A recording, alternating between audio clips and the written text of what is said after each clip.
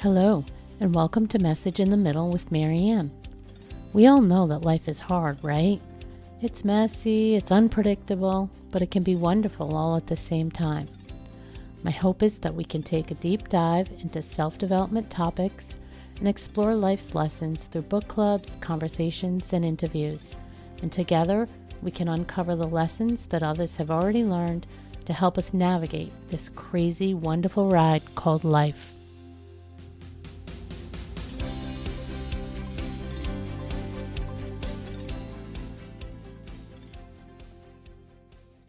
Hello and welcome back to Message in the Middle. I'm your host, Marianne. Today we're talking to Dr. Leonaura Rhodes, a physician who turned executive coach, corporate trainer, author, and the host of the Mindful Medics podcast. Leonaura brings deep expertise in neuroscience and performance psychology to her work and has spent years helping people reduce stress, prevent burnout, and optimize brain health. Leonaura, welcome to the show. Thank you so much for inviting me. I'm glad to have you here. This is a good topic, and I think there's a lot of folks that have concern over it, but don't really understand brain health. Yeah. So before we sort of get into some of the pragmatic thoughts around it, take us to the time where, so I read that you had your own aha moment that sort of told you that, stress isn't something you have to deal with and that you can make some decisions around. So talk to us about that. Like what happened? How'd that play out? Because I feel like that was probably a pivotal moment. Yes, absolutely. So I was a junior doctor working in hospitals in the UK. I was in a really stressful job. There was a lot of bullying going on from the kind of middle tier doctors. And I had a horrible Sunday experience. I'd been working since Saturday morning, hadn't had any sleep the night before. And a lady came in who needed a gynecological procedure. And the person who was above me on that Sunday said that I had to do the surgery. He would supervise, but I had to do it. And I was officially not allowed to do the surgery. It was above my pay grade, as it were. And he basically said he would get me fired if I didn't do the surgery. Wow. And so went ahead with the surgery, and I was crying while I was doing it. And it went well. And then as soon as I was allowed to leave the operating room, I ran to the gynecological ward and bumped into my favorite nurse who was working at the time. And she saw how distressed I was, and she hid me in a linen closet for about 2 hours. It may have been more, it may have been less, but it felt like that amount of time. She brought me a cup of tea, because this was England, and a biscuit. And I just kind of sat and sobbed. And I look back on that moment now and realize I had no tools to deal with stress. And in the medical profession there, it was just something you had to tolerate. And nobody talked about it. If you did, you were seen as weak and you should probably get out of medicine. It was a horrible culture. So that was a very dark time. I had pretty severe depression afterwards. And then kind of got a little bit better. Life got a bit easier. And then my kids were both sick when they were infants. And I went into kind of a chronic stress, depressed mode again. And then I had an aha moment. I discovered a book in a thrift store in the UK, and it was called The Art of Happiness by the Dalai Lama. And there was a story in there that basically said pain and bad things happening are inevitable parts of life, but suffering is optional. And I can vividly remember sitting, reading the book and thinking, I didn't know that. And it then kind of set me on a path to learning about stress, figuring out how to solve it for myself. And because I was obsessed with brain health, it took me down the kind of neuroscience of stress route. And so, I solved my own stress. I still get stressed today, but it's funny, 2 weeks ago, I started spiraling into kind of stress and depression again. And the good thing now is I'm able to spot it incredibly early and do something about it and make a choice over whether I go down that spiral. And so that's, it's been one of my obsessions since then, helping other people, learning more and more tools, because the more tools we have in our toolkit, the more empowered we can be. Yeah. And sometimes a tool doesn't work you might be really good at meditating, but if a particular problem arises and you're meditating and it isn't working and that's all you've got, then, it's the reason you need more tools in your toolkit. Does that make sense? 100%, because a hammer doesn't work when you have a screw, right? It's the same thing. Exactly. So I agree that, and I was going to say that I feel like some stress is inevitable. So I guess my question is for our listener is, how can you tell when it's starting to become toxic, I guess, to the brain? What's that level? Where's that line in the sand? So one of the things that I teach is, I think that the self-awareness piece is what a lot of people don't have. And our lives are so busy today that we don't hear the signals from our own body. And so when you are self-aware and you can spot where you are, I actually have a tool called the Wellbeing Scale that I send to all of my clients. And I say to them, keep it on your laptop or put it in your wallet, whatever is the best place for you to put it. And it's a scale of -10 to +10. -10 being the worst you've ever felt. Like my linen closet moment was one of my -10s. I have a couple of -10s. And then, your +10 is the best thing you ever experienced. I was once in the Taj Mahal as the sun rose. That's my +10. It's great to have those landmarks of, what are the extremes. And then you want to be regularly checking in. Where am I on this scale? And a lot of scales just go 0 to 10. But I wanted it to have a negative and a positive so people could start to notice when they are tipping over into the negative side, so that is when you need to take action. If you're a +2, then you're probably okay. But if you notice that you've tipped over to like a -2 and you're going down, then that's a sign you must pause and do something about it. Because the truth is that anything that we do when we are in a stress state, we will not do as well as we would do if we were in a non-stress state. That's fair. Yeah, I think that's fair. Yeah. And so I think that self-awareness has to be, the first thing. And that takes practice. Like I said, most of us are so busy that we're not aware of that. And so the idea of a tool like this is you start to look at it often and kind of listen to your body and say, where am I? And do I need to take action, or can I just carry on? I like that. Yeah. And I love that the topic of self-awareness just seems to keep coming up. And, I've always been someone that I feel very self-aware, and I've known how important it is in my own life. But I think until I started doing this, I didn't realize how much self-awareness just plays into so many things, especially when we're trying to, really be intentional and really start, changing the way we operate. And it just keeps coming up and coming up. I want to ask about, as women move into midlife, we know that a lot of biological things happen. We know, I think, that there are things that happen to our brain even. But I think your position is that there are some things that we can probably prevent or minimize as well. Is that right? And can you explain that? 100%. Yes, absolutely.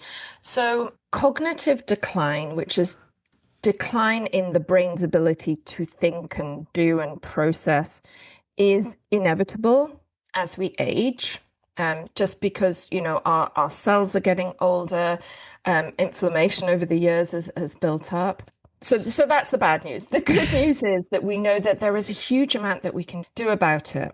With a lot of chronic illness, at least 80% of it is preventable through lifestyle change, which is hugely empowering.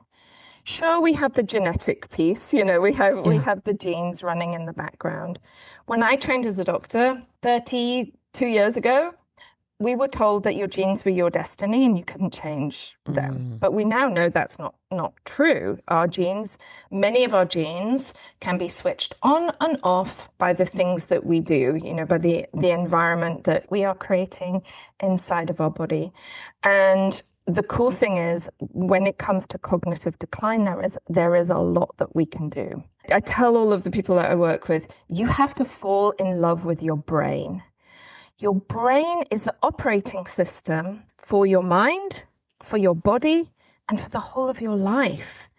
And if you can kind of fall in love with your brain and think every day, is the balance of what I'm doing helping my brain or harming it? Then that becomes, hugely empowering. Of course, you want to be thinking about other organs in your body, but usually what is good for your kidneys or your feet is also good for your brain. So, and the brain is more complicated. For instance, retiring and having nothing to do with your time is really bad for your brain, whereas it's not really that bad for your kidneys or your feet. So the brain is, is much more complicated. There are more things that we need to be thinking about. And, I don't know about you, Marianne, and your audience, but I am fearful of getting dementia. I think, I saw a lot of people when I worked in hospitals. I have, my grandmother had Alzheimer's, and, I've seen a lot of people who've gone down that path of dementia. Not only is it unpleasant for them, but it takes a huge toll on their family as well. And I think, for most of us, that prevention of putting a huge burden on our family is actually one of the bigger drivers. It's almost a bigger driver than not getting it yourself. And so, I think to be constantly kind of focusing on, am I doing enough to make my brain healthy? And another story that I'll share, in 2020, I had COVID and I had pneumonia. I was very sick. I really thought I was going to die. I had a night where my oxygen levels were low. I'd been in the hospital. The doctor had advised me not to be admitted. He said, lots of people that we're admitting at the moment are dying. You're better off staying at home. And so I went home with low oxygen levels. I had a high fever and I was kind of in this delirious state. And I really thought I was going to die. And in the 5 months that followed, I had severe brain fog.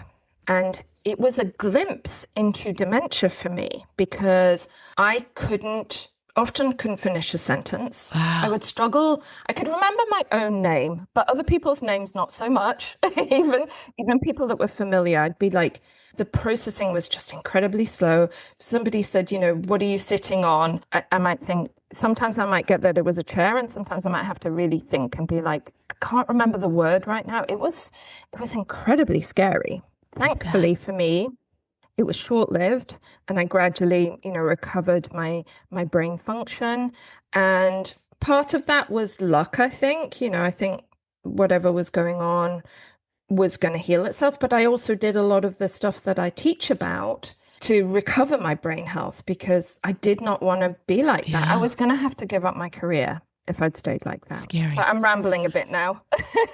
Well, let's talk about it a little bit because you said you did all the things. And so what are some of the things? Because I hear you say fall in love with your brain and do everything you can for your brain. And I know we've probably all heard do some puzzles or things, those common things. But what are some other things that maybe aren't as front of mind that people should be thinking about and can incorporate into their daily life? Yes, excellent question. I'll get to that in a moment. I just want to answer the puzzle question. Yeah. What the research shows about doing puzzles and things like that is say you practice doing jigsaw puzzles. You'll get really good at doing jigsaw puzzles, but it won't generalize to doing other things. Like it won't mean that you're better at doing Sudoku or, doing Wordle or whatever. And so those things are really good. I personally do Wordle every day. I do Duolingo every day. It's about brain stimulation. We can form new neural pathways throughout our life as long as we don't have significant dementia.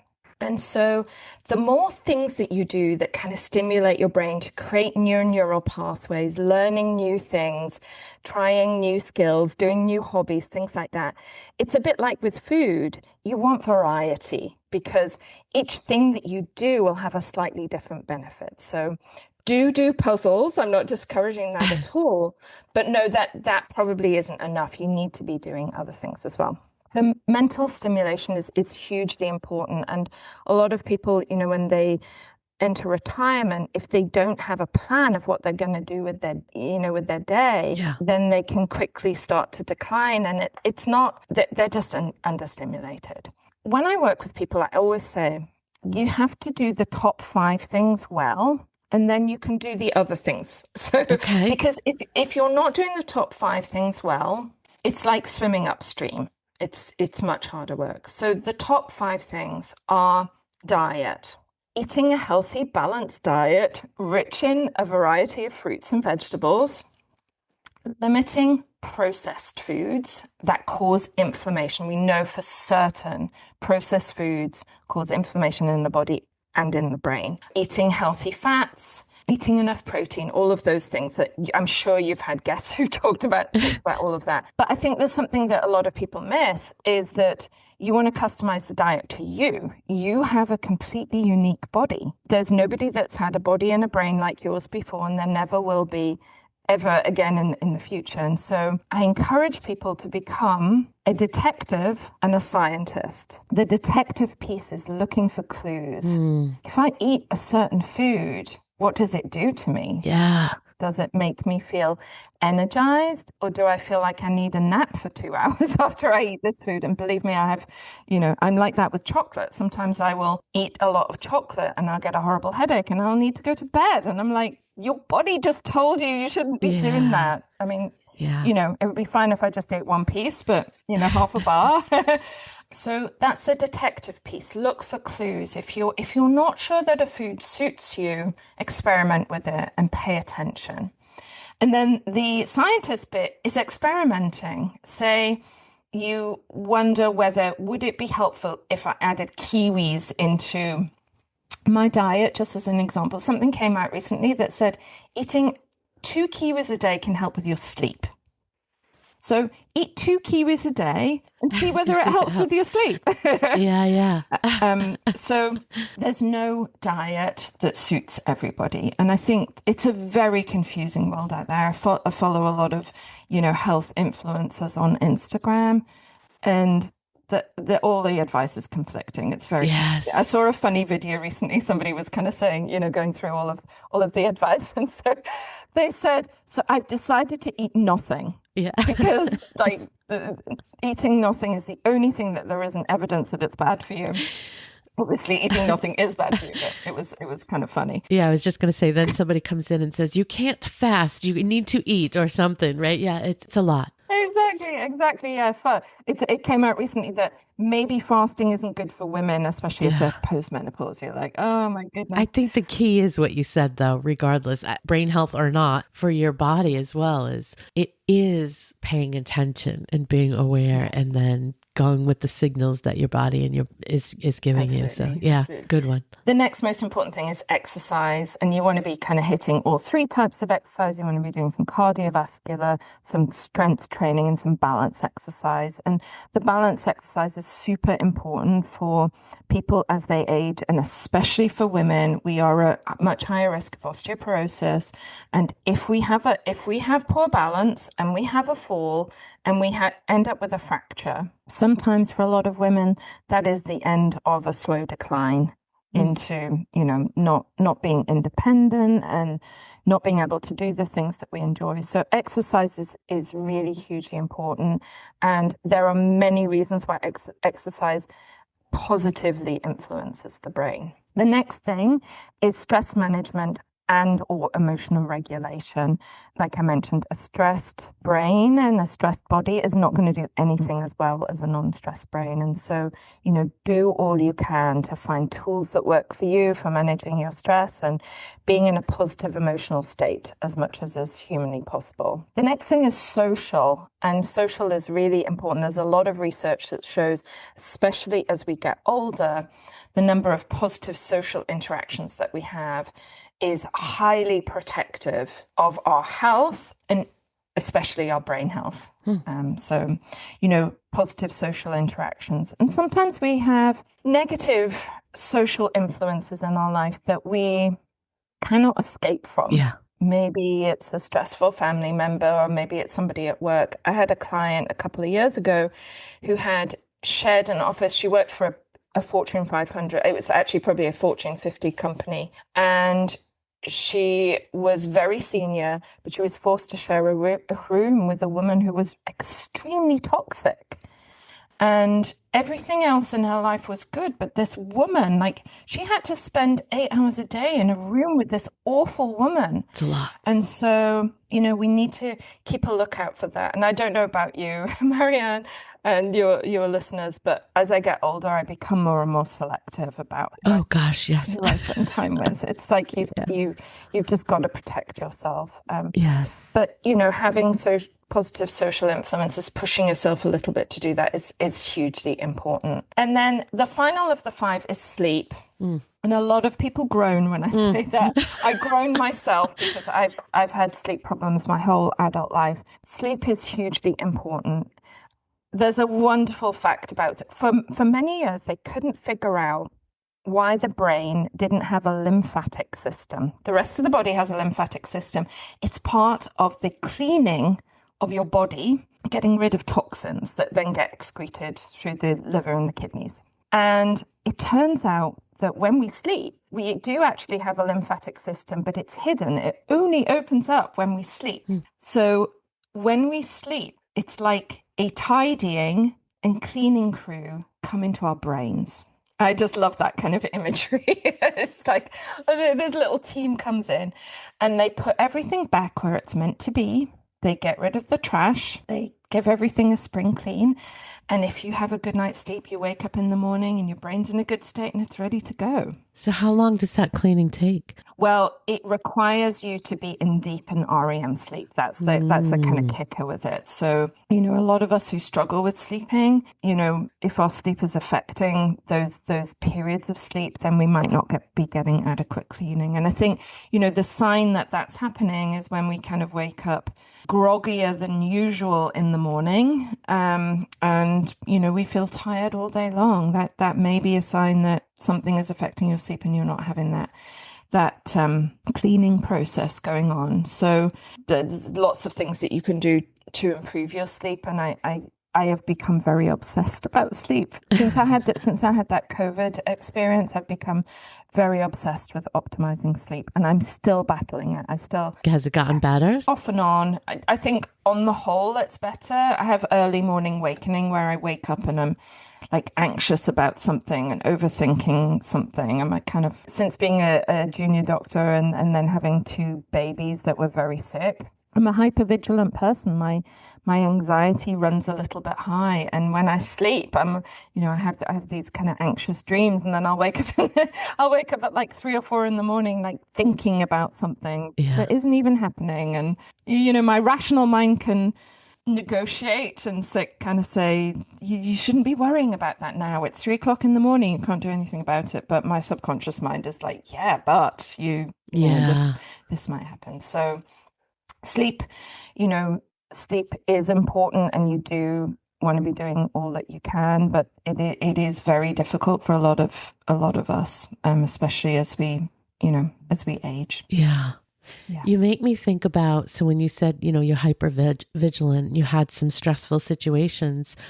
I think there's so many of us walking around in this state of constant stress, maybe that we don't even realize it. Maybe that it just becomes part of who we are, how we operate in the world. How do you get people to recognize if that's them, if they're in that state? that tool that I mentioned earlier. I think, Yeah. sometimes people realize that they're in it when somebody kind of tells them. I remember my husband once saying something to me about, and I actually thought I was doing really well with my stress, and my husband was like, "You're always worrying." Oh my goodness, I thought I got a lot better. So, it's all relative, isn't it? And I think, we want to be balancing that. You don't want to I was having a conversation with a coaching client yesterday who's also hypervigilant. Vigilance is on a scale. You don't want too much and you don't want too little. The people who have too little vigilance, there are people who don't feel pain, and there are people who don't have anxiety about danger. And they tend to die young because they take unnecessary risks. They're your people who drive 150 miles an hour and then crash into a telephone pole, or, they do reckless things and they die young. So we need some vigilance, Yeah. but we just don't want it to be so high. And there is a graph that I show in my stress management course. There's a sweet spot in the middle for stress and for vigilance, where we want to kind of aim to be. And you also need to do mindset work around it as well. A lot of the hypervigilance is caused by your own thoughts, by you giving meaning to an event that happens that is exaggerated, or that maybe isn't quite true. Or that might happen. You talked about that, right? Exactly. You might happen. So we tend to stress on all the possible scenarios, right? That will likely never even happen. Yeah. There's a great quote, and I always forget who it's from. And it basically says, I've had so many worries in my life, but most of them have never happened. Yeah. And most of the things we worry about never actually come to fruition. There's a wonderful concept it comes from Taoism, and it is of 10,000 things. And it's the concept that the universe is very complicated. And I use this when I'm teaching about stress management.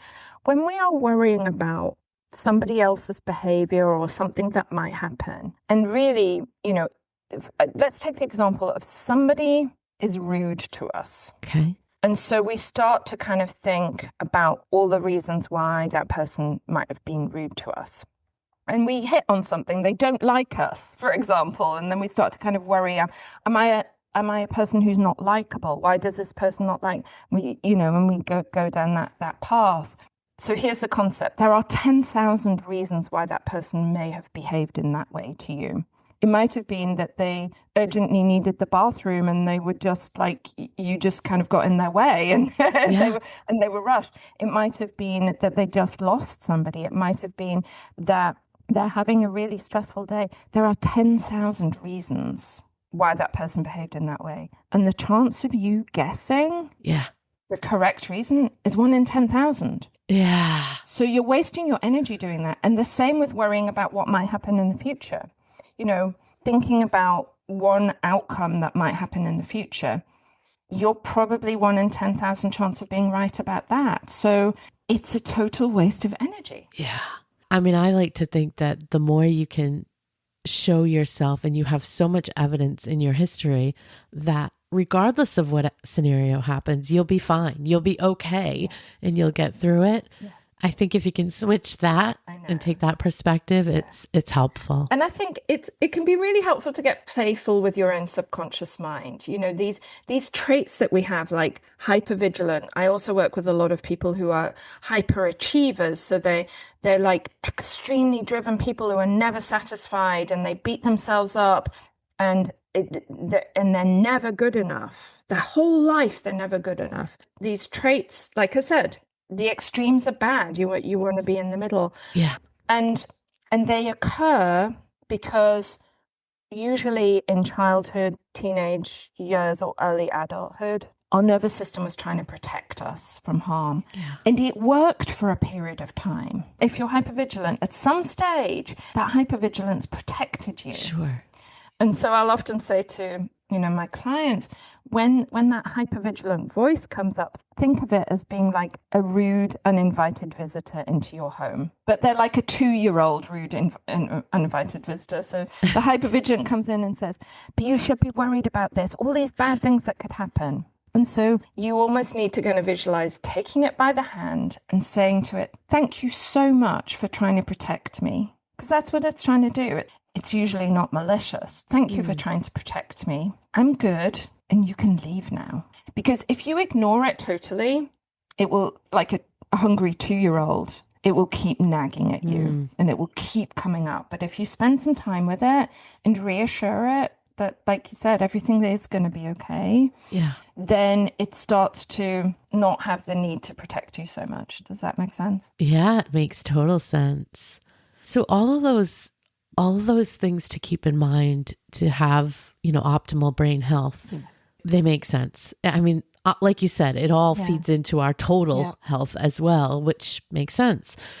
But what do you say to the person who's now in midlife or beyond and they're saying, well, I didn't eat right. I didn't exercise. I have no social circle. So they didn't do any of those things. Is it too late? It's never too late. No, absolutely. Absolutely. And the really cool thing about the brain, if we just take the brain, the organ that we're talking about, it's capable of rewiring at any time unless you have dementia. Unfortunately, once you have dementia, you can do some things to slow the progress of it, but it's very hard to change things at that stage. But if you are currently, reasonably healthy, there is a huge amount that you can do that will turn things around and rewire your brain so that it is healthier going forward. So it's never too late. You always want to start gently, especially, I'm popping into my head with exercise. I know so many people who've gone from zero, they've gone crazy, and then they've got an injury, and then they've gone back to zero again. We need to, especially as we get older, we need to be gentle with increasing the exercise. So there is always something that you can do, and it is definitely never too late to start. I think that's good news for a lot of people, right? Yeah, absolutely. So start today. Yeah. I'm curious, are there any misconceptions out there around brain health that you run into all the time? That's a good question. I need to think about that. I just did a video the other day about multitasking, and I generally discourage multitasking. We kind of hear that multitasking is bad for you. It is generally, if you're trying to do two things that require a lot of cognitive effort, a lot of thinking power, you can't do two things at once. And if you think you can, you're fooling yourself, because what you're actually doing is task switching, which is incredibly inefficient. So you're much better off first focusing on one task for a period of time, doing it really well. Write down the task that you need to do next, because often our mind is like, oh, but you might forget to do that. Write it down so you don't forget it, and really focus on that thing for 25 to 45 minutes and then do something else. But the exception is you can do a task that requires cognitive effort at the same time as doing something that doesn't. Okay. So, for example, you can walk on the treadmill and listen to a podcast. You can watch Netflix on your phone while you do laundry. I started doing that years ago because I hated doing laundry so badly that I used to make myself miserable doing it. And I made a commitment, this sounds really silly, that I would always entertain myself when I did laundry. And now I actually kind of look forward to do laundry. I'm like, oh, I get to go and watch, 10 minutes of Netflix while I do the laundry. So you can do two things that are not competing with the same parts of the brain. So, that's a common misconception that I hear a lot that is true, but there's a yes, and you can sometimes do it. Yeah, that makes sense. There's one that came to my mind when you were talking, and I don't know if it's well, I think it is. So I think as a lot of women go through menopause, they sort of you hear about brain fog all the time. Yes. But I also think it's a time in our life where, for a lot of us, you do start to have those moments of why did I come into this room, or what was I going to do next? And I think a lot of that is tied to we're doing 40,000 things at the same time. So right. How do you draw that line? Because I think sometimes we get that start having that brain fog and we're like, oh no, I have dementia, or oh no, we think the worst, of course, but what's the reality there? Yeah. And just to make a quick distinction, there's an overlap with brain fog and forgetfulness, which is like, what you're describing. Brain fog is more of a kind of a feeling that your brain is a bit sluggish, that it's not as kind of sharp as it was. And I had brain fog for 5 months. I kind of know how it feels. It's just like everything is harder. And when you have brain fog, your brain is literally working slower than normal. And so it is a red flag. It's not necessarily a red flag that you've got dementia, but it's a red flag that something is up. And it's worth, if you have brain fog that persists for, weeks and months and it's there all the time, the problem with a lot of symptoms is they come on gradually. And it's not until they go that you realize that you had them. Because I remember, like, when I was recovering from COVID, I remember having a day thinking, my brain feels really sharp today. And I'd kind of forgotten how that felt. So it's the kind of, one of the hard things about all of this stuff is it's often a slow, subtle change, and it can be hard to spot. And, sometimes asking other people, do you think that I am more forgetful now? Or do you think that, I'm thinking a bit slower than normal? And ask your loved ones for that input. So brain fog can be normal, but you want to watch out for it being, settling in and for it being severe.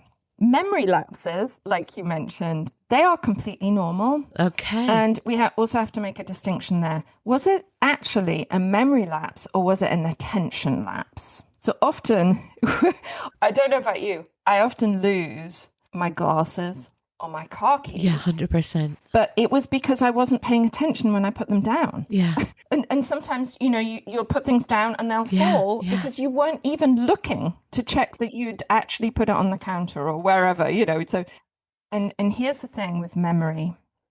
If you're not paying attention, that thing doesn't even make it into short-term memory and stands no chance of making it into long-term memory. And so attention is the first place. And a lot of people, I was recently diagnosed with frontal lobe dysfunction. I have ADHD, so they don't know if it's ADHD or if it's from COVID. But when you have problems with your frontal lobe, it means that you struggle to pay attention. You also struggle to process. So, if you're worried about your memory, start paying attention to your attention. Is it actually a memory problem? Like if you put your keys down and said, I'm putting my keys down on the kitchen counter next to my coffee mug, and then you forget, that's forgetfulness. Whereas for a lot of people, it's just they didn't pay attention. I love that distinction. Yeah, nobody's ever said that distinction before. And I think that it makes a ton of sense because I think for so many of us, we're doing so many things at the same time too, that it is hard to pay attention to all of them. So, yeah. And I say to my clients all the time, our brain and nervous system, our whole body is barely changed since we were cave people. And our lives are so incredibly different today. Yeah. Sure. Our cave person ancestors had tough lives. It was like there was like not enough food. There was danger all around them. But their life was pretty simple. Yeah. Whereas today, we are doing a million things and we have all these conflicting interests going on. And the world is, as soon as we pick up our phone, we're being bombarded by everything, vast amount of information. It's a lot. We're not designed to cope with all of that. Yeah. When I tell people I have ADHD, nearly everybody says, oh yeah, I have a touch of it as well. And they probably, some of them definitely do, but most of them probably don't. Yeah. What they're describing is that their attention is so scattered that they struggle to pay attention. Yes. The good news is you can train that. Yes. Not to go into that in too much detail, but you can train your attention to get better. I think you just actually gave an example of that. It's like out loud saying, I put my keys on the table, like notice it, make yourself notice it. That's a good step.